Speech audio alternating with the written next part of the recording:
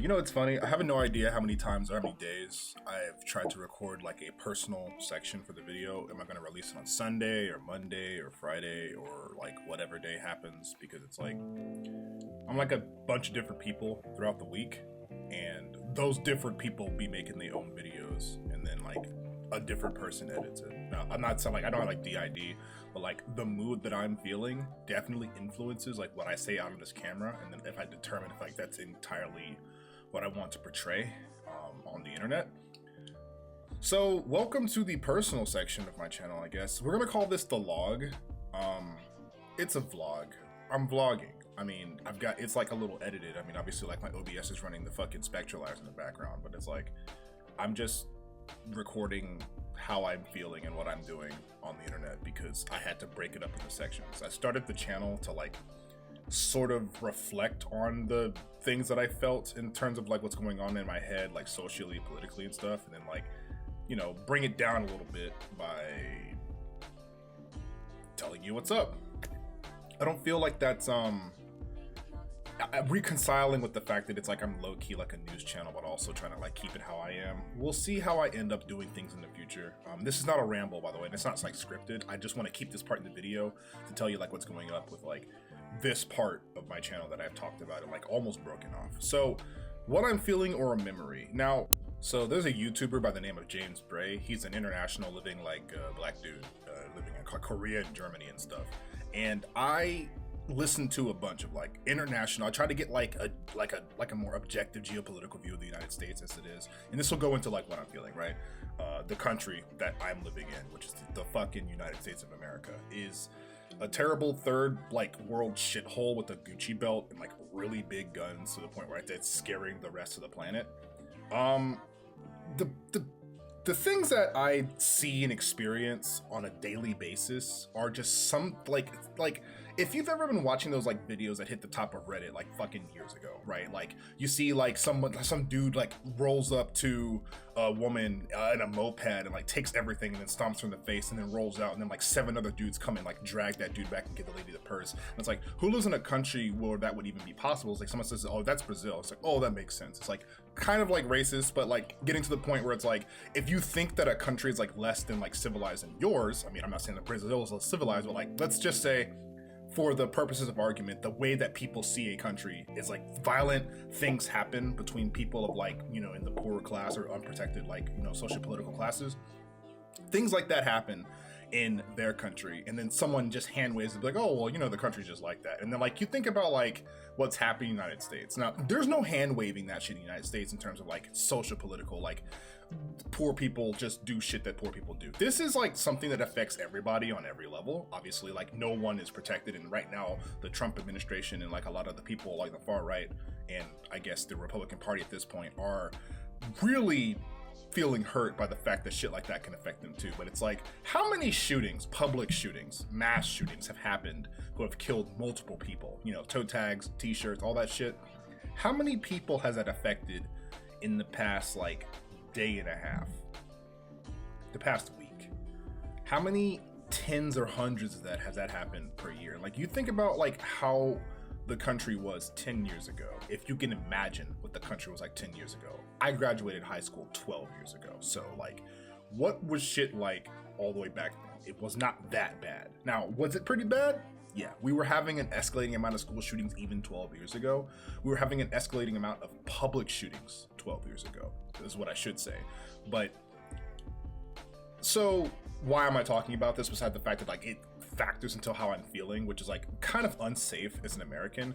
So I was talking with my mom the other day, and close to where she lived, she was actually on the way home. I was on the phone with her, she was on the way home, and she saw 2 ambulances run up to a gas station that she had to turn past. There's cops and there's tape there, and like there was obviously like a shooting at this gas station, and this gas station doesn't work apparently. It has like no gas. It's just a corner store, right? And it's a corner store where a lot of dumbasses like to hang around and cause trouble at because they have nothing else to do and no agency in their life or whatever's going on. We have been like deprived as a people in America, so I'm not like blaming them for their conditions, but what people choose to do with their time is what they do with their time, right? So my mom drives past this shit, and then like later that day, she finds out that it's like a dude, like 3 dudes had robbed the store, right? and one of those dudes had a gun and he was going fucking crazy and like on some real juice shit, drove away with his partners in that store, like from that store, and then later that day he killed them both anyways. That's visceral, crazy amounts of gun violence, but it's like, it's kind of normal for a place like this, and that feeling scares the ever living fuck out of me on like a guttural level. But like, it's not like I can just say like, you know what, I don't want to deal with this anymore. I don't have a fucking passport yet. I'm 30. I'll be 31 soon, right? That's like the kind of immobility I have to deal with this stuff. And a lot of Americans grin and bear that shit. And I mean, I've talked a lot about like staying connected with my community and like, you know, being straightforward about my feelings with the homies and stuff. And it's like making sure that there are people in this world who know who I am, who know what I am, and I feel heard and understood. And it's like that there's nothing in the world, no matter how self-fulfilled you are, no matter how grounded you are, that can prepare you for like the genuine danger that like being an American can be at any given moment. Because it's like everyone can think like it doesn't happen to me, like shit doesn't happen to me. Like I've had friends die like in the past like a couple of years, right? They've been like taken away by like you know, spousal violence or fucking you know, suicide, or what, getting like hit and runs with cars, people trying to avoid like insurance and accountability. It makes me feel like I'm fucking fear mongering and shit. But ultimately what I want to do, it's like, and here's where like I'm really feeling what like why I feel like it's necessary to say in the video, because I've like bounced the idea a couple of times, right? It's like, for someone who is, and I'm not that community focused, like I say I am and I try my best to do it, right? But for somebody who wants his, like, I want most of all to like be centered within community and be safe and like know my people and like have things to do and like feel like I'm accepted and validated. And like that's within many different hobbies, like whether it's like, you know, like you know, my leftist fucking groups out there, skill sharing and stuff, or it's video games, or it's like artistic creation and stuff. I love my city, I love Atlanta, I love being here, I love all that shit. What I fucking hate is living in the goddamn United States of America. And it's like, I have a vested interest in staying in this community and making it better by virtue of like me trying my best to make it better, and like it making me better as a person, like becoming more well-rounded and like, you know, knowing more people, you know, dope shit, right? But it's like, I also kind of want to fucking leave this country forever if I can, if like the first opportunity, and never goddamn turn back, to become like an international person like James Bray is, like, you know, just to like travel and not return to my country of origin for years or decades or fucking ever, really, right? Like, it's not a bad feeling. It's not like I need to run away forever and get away. It's like I'm trapped between a sense of self-preservation and like not, it's like FOMO. Like if I don't leave now, then I'm never going to be able to, because something actually might fucking happen. That's how I'm feeling. It's kind of stressful, but at the same time, I'm like, again, sort of mellow. I mean, I've had a bit of a mellow week. I looked at my calendar and fucking, normally when something happens or when something's going to happen, I put it on my calendar. I look at my calendar for last week and it was just blank. It's kind of my fault. I didn't even fucking call my parents this week, because normally like after I have like a therapy session, after I have a therapy session, I'll call everybody in my family, right? And that did not happen because I didn't have therapy. I don't have therapy till like early October, but yeah. Anyways, how's that for a vlog entry? What I'm reading, accountability time. I have not read anything this week, practically anything. Now, listen here, I got books. My therapist put me on this one. I think I told you about it, Permission to Feel. I'm like 40, maybe 50 pages into this thing in the past week. I have not been able to just sit down and read these pages. And this is kind of crazy because like the girl in the dragon tattoo is 500 pages. And I read 400 of those in a day. I need to like sit my ass down and get on a roll and chew through this thing. because otherwise I'm not going to finish it, which means these books from my library, they're due in like 2 days. So Black essays on American legacy. It's about like the American legacy of like genius level Black people who have like improved our fucking country by like virtue of their existence and doing their shit. Really cool. I saw like a couple of things in here. It's very worth reading and sharing. Haven't gotten to it because I've got reader's block.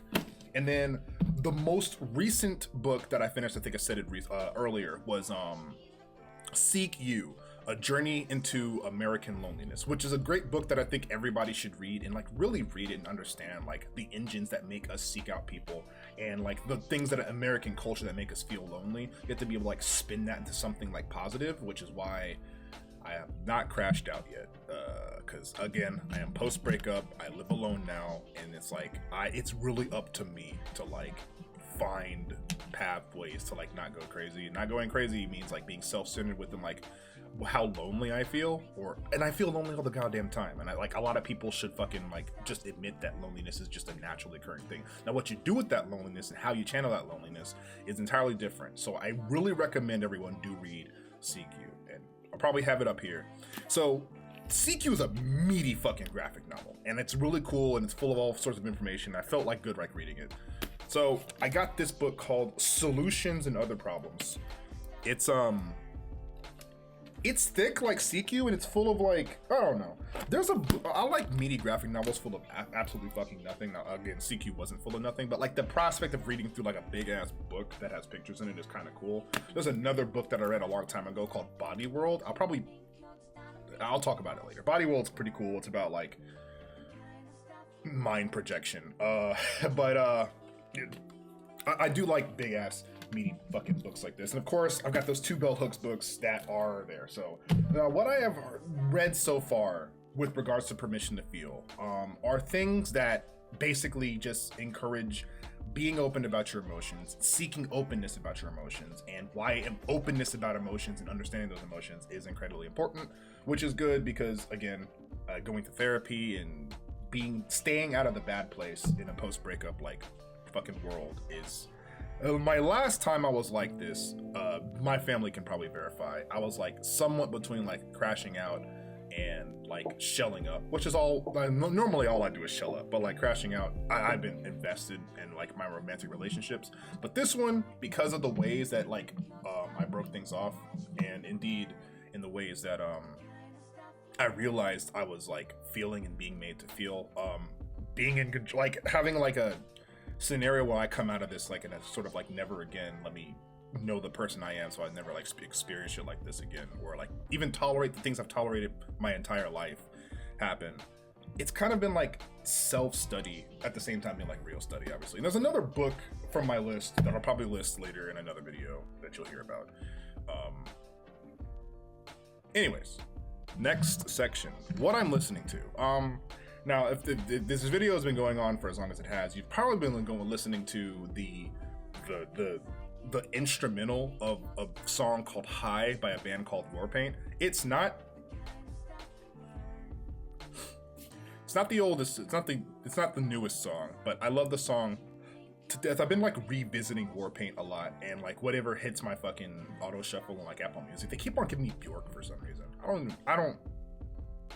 Anyways, that stuff. And then also a lot of trap for fucking some reason. Twirlanta and Fuck You Mean and Drip Too Hard are like top on my playlist right now. And I've been just, when I drive home from work, I be needing to listen to fucking music that like keeps me up, and trap music kind of does that. If it's like not a podcast about whatever fucked up political thing is happening in this goddamn country, it's normally like bumping ass music about like doing drugs and fucking bitches or something. I am so bad at keeping my own internal morality because I'd be talking about why that stuff is bad. But the music's good and it's incredibly listenable. What I'm playing. So, I quit Deadlock. I love Deadlock. I love that game. But it is essentially a movement shooter on PC that is also a MOBA. And it's like two of those things I really can't play on a super high level, but also because using a controller on a game that's entirely catered to PC at the time, I've been streaming and like my friends have been watching me and like low-key like criticizing me out of my fucking livelihood. Like being like, bro, do you know how to slide? Can you wall jump? Can you like do all these movement stuff? I can't flick. And I'm getting to the point where it's like, I'm obviously an active detriment to like the people that I play with. It's not like self-deprecation. I'm literally not able to play on mouse and keyboard, and playing with a controller is a bit of a handicap. It limits the amount of things you can do. And it's like, if you're not gonna fucking play, even characters, people who can play Kelvin on mouse and keyboard are just gonna be better than people play on like fucking controller. So kind of dropped that. Also, it's very stressful. I had like, God, it was super stressful. I was feeling really bad. I'd like come away from like my gaming session like feeling like shit, and I haven't done that. It doesn't happen when I like play like a game like Marvel Rivals. So I'm back on Marvel Rivals, and again, fucking having fun and dominating and doing all the shit that I'm supposed to be doing because I understand that game. I understand like, you know, game flow and game sense and objective stuff. It's like, yeah, those things don't entirely carry through to Deadlock, which is kind of funny. But I've also been playing Armored Core Master of Arena, which is great. Armored Core Master of Arena is such a goddamn, like right now it's good because one, it's like, I didn't mention in Armored Core 1. For anyone who knows what Armored Core is, it's a mech builder, like third person shooter game, right? But the first game in the series does not have a very core thing that was in the games after that, which is all the arena. Obviously, like they build their own armored cores and they color them and they customize them, they put them against yours. That was not in the first game. Now, the cool thing about PlayStation 1 games is that you can take memory card data from previous games and possibly load them into other games based on compatibility. A lot of games with hardware like compatibility did this. If you've ever fucking like traded like your DS, your GBA games to your DS games, like Pokemon or whatever, it's a cool thing like that. So the save data in my in-game Armored Core from the first game is the same. I could use that same character in the third game and start out with like not such a severe handicap. I could buy all the parts and have access to that. It's the coolest thing that we just don't have access to these days. It's like imagine your build in Elden Ring for PC, right? And then like you download Night Rain and they read your data from your PC Elden Ring build and tell you what you can like use from there, or the character that you've made, you can play as that character and it's fine. They've got like limitations or whatever. Imagine something like that could happen just based off of your save data. But no, it's all cloud services and subscriptions and building accounts and stuff now. It's like, it's just a part of like gaming that you would have to go back in time. And by back in time, I mean like buy and experience old shit to experience. And it's like, that was so cool back in the day. Good Lord. There was a video I was watching about like the Chow Garden, another incredible video. I'll probably put in the picture here, but the Chow Garden was like that too. It was like there was interconnectivity using like different hardware pieces to transfer these like fucking alien babies from game to game and get like collectibles or like raise them or like do all sorts of stuff. And that sort of interconnectivity within video games is something I sorely miss. It's never fucking coming back. We're too far gone. It would be a regression of technology, but also it's not in any vested capital interest to make things easier for us as gamers. They want money, and those things allow us to like do things between things for free, which sucks, but you know. Did I make anything this week? Finally! Okay, so this final section, I can show you what I've been making. I've been drawing. I draw like maybe one thing a week. Maybe it takes me a week and a half to get through it. If I don't draw anything at the beginning of that week, I don't really draw it. It takes me a long time to get through things, but the voiceover, blah, blah, blah. I've been drawing these two things.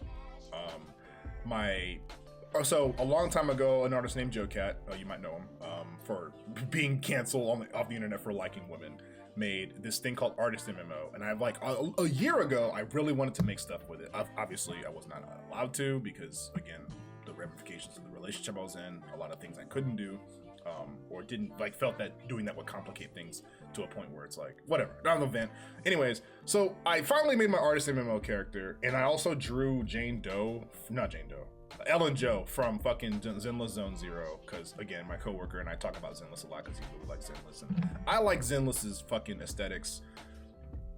They got some good aesthetics, even outside of the Gooner shit. But yeah, so I drew that. And yeah, that's what I'm proud of so far. I forget, I'll put like if I drew anything else, because my iPad's not in front of me, it's like charging right now. But yeah, so all that being said, there's your accountability, there's the log. I don't know how long I've been talking, my glasses are off, and it's recording, and I don't have any contacts in. So I hope you enjoyed the video. If you got this far, thank you. You might as well subscribe. Tell me what your starter was in Pokemon. Like your first ever starter for your first ever game. Obviously, I was born in goddamn 1994, so my first starter, believe it or not, was Charmander. I had a level 100 Charizard like before 2000, and that was cool. But my favorite starter overall is Bulbasaur, because poison is one of my favorite types, but that's like neither here nor there. That's your comment incentive. Thanks for watching. That's enough for me.